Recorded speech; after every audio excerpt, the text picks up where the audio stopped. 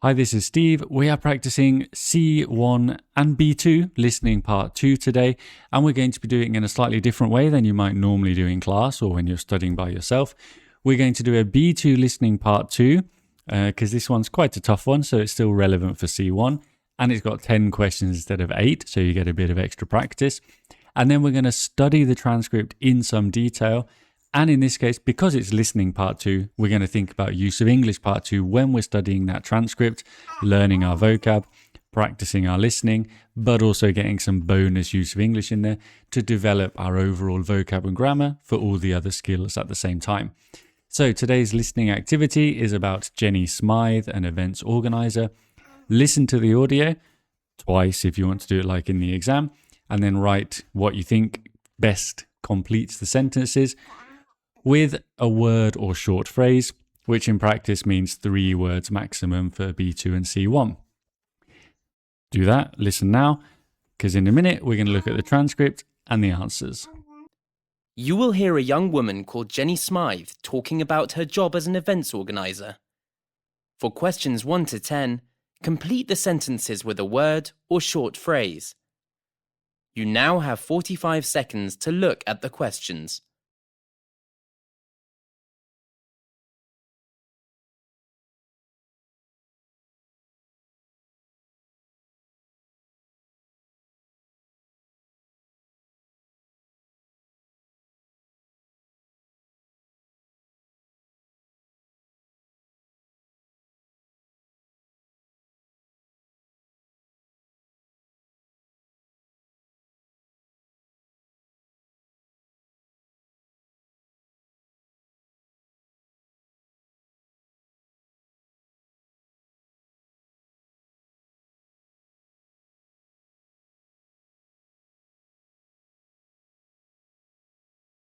Hello, my name's Jenny Smythe, and I'm here to tell you about my position as an events organiser, which is exactly what it sounds like. I organise events. That can be anything from exhibitions and conferences, which are interesting, though not terribly exciting, to my personal favourite, festivals. I've also organised things like product launches too. At the moment, I'm organising a street fair in the town I live in, which has different areas known as quarters. Each one is known for the type of products it produces. In this case, the fair's in the jewellery quarter, but there's also an annual fair in the clothing quarter, and the artists' quarter has a yearly event too. This is the first time a fair will have taken place in this part of town, so everyone's pretty enthusiastic about it. It should be fun provided that everything goes according to plan. This will be my first ever street fair, and I'd be excited too if I wasn't so nervous. Though, as long as I plan carefully and give myself enough time, everything should go well. Let me tell you more about my role. Once I take on a job, I need to consider all the tasks that need doing and prioritise them. This means creating what's known as a to-do list. It involves listing everything that needs to be done and setting realistic deadlines. Imagine having a fair and forgetting to organise tables for the stalls, for example. One of the first things I'll do when I've got an event to organise is discuss things with the client.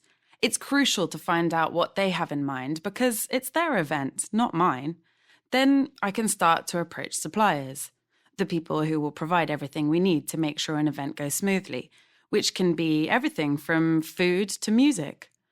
When everything comes together and an event is successful, it's really satisfying to see people enjoying themselves. That's always far more important to me than the income I make doing the job, though that's nice too, of course. Being thanked for my role in making it happen motivates me to get on with the next job. People often ask me how I got into events organising. They assume I'll have done a qualification in marketing or event management itself. Tourism is what I actually studied, and it's been quite useful in some ways. You can enter the field with any qualification, really, as long as you've got the right personality and are prepared to work hard. So, what skills are needed for the job then? It goes without saying that you need to be organised, and being flexible is helpful too. Customers often change their minds about what they want during the planning process. Above all else, I'd say you've got to be determined. Things can and do go wrong when you're planning events, and you can't just give up. Let me give you an example of something that happened to me. It was the morning of an event, and I got a call to say the roof was leaking at the hall we were using, and it wasn't safe for visitors. This is where what's known as a backup plan is crucial, so I was glad I'd created one in advance. In this instance, I managed to find an alternative venue using my contacts, something you build up over time and which can save you from all kinds of unexpected happenings. If you're interested in doing this job, either now or in the future, it's a good idea to get some experience first, even if you don't make any money. What I did was work in a hotel, which was great because I learned about dealing with people and sorting out problems. However, work in all types of customer service roles is helpful, and that's what I'd say you should aim to do. I hope I've inspired some of you to join this fascinating profession. Does anyone have any questions? Here come the answers and the transcripts. So we have got number 1, what does she prefer to organise? Well, as you can see in the first paragraph, personal favourite, festivals. What's she doing at the moment? In this case, it's in the jewellery quarter, which you can spell like that, or in the more sensible American way with one L and no E. How does she feel at the moment? She would be excited, but she's nervous. So she feels nervous, slightly worried about what's coming up. What does she do when she takes on a job? She makes a to-do list. She creates what's known as a to-do list. Very clever, very well organised. Again, if you write to-do list, the separate words, I think that's fine.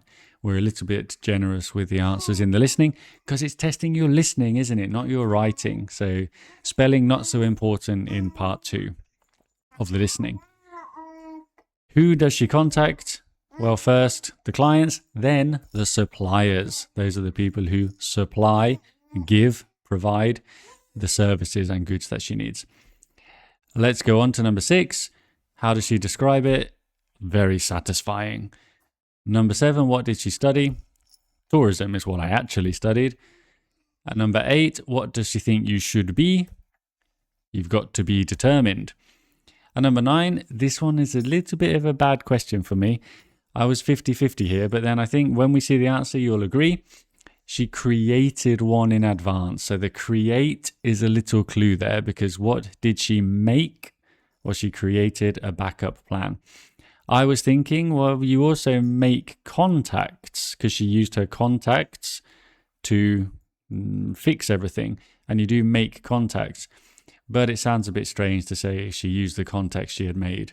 You'd have to say she used the contacts she had made to fix the problem. So backup plan, probably slightly better, but a difficult one.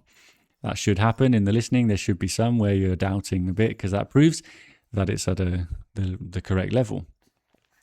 And finally, a customer service job, customer service roles.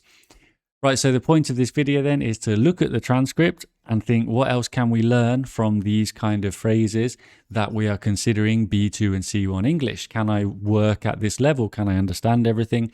Can I speak like this? Could I write like this? Do I understand all the grammar? Today we are doing this with Use of English Part 2. So let's talk to Jenny Smythe again. I've taken the first 3 paragraphs and I've found 8 what I think would be appropriate B2-C1 Use of English Part 2 questions. Pause the video, complete the blanks using one word, the little grammatical words that you know for Use of English Part 2, in, on, at, where, what, all these kind of words. And then we're going to look at the answers and explain if any of them need explaining. So number 1, you've got your position as an events organizer. I work as a teacher. That's my role. Remember, as means in the role of. Number 2, that's exactly what it sounds like. That's exactly the thing that it sounds like. What? Relative pronoun for the thing that was just referred to before. That can be anything. That's a bit unclear.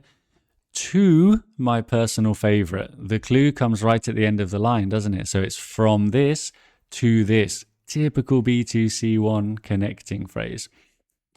Number 4, things like product launches are an example of things that she has organized. So for example, like. Number 5, We're talking about the different quarters, and they all have different features, don't they? Each one is known. So each one is known, it's famous. What's the preposition with known and famous when we say that it's, that's what it's recognized for? It's known for the products. Number 7, this is a nice one, a bit more C1. Take affair, takes, affair happens. Affair is an event that happens. It takes place. Everyone's enthusiastic. Everything needs to go according to plan. A nice phrase you can have. And we know according to scientists, well, goes according to plan is a bit more of a complete phrase using according to. So as you can see, first 3 paragraphs, 8 relevant use of English Part 2 questions. Lots you can learn from these listening extracts. Can you do the same thing? Here's the next part of the transcript, and I think there are at least 8 relevant B2-C1 use of English Part 2 questions. So this is your homework, is to go through this, delete some words. If you want to, leave your deleted paragraph in the comments. I will put the text in the description. If I remember, I should try to remember to do that. And hopefully you can learn a little bit more as well. Hope that was useful. Goodbye.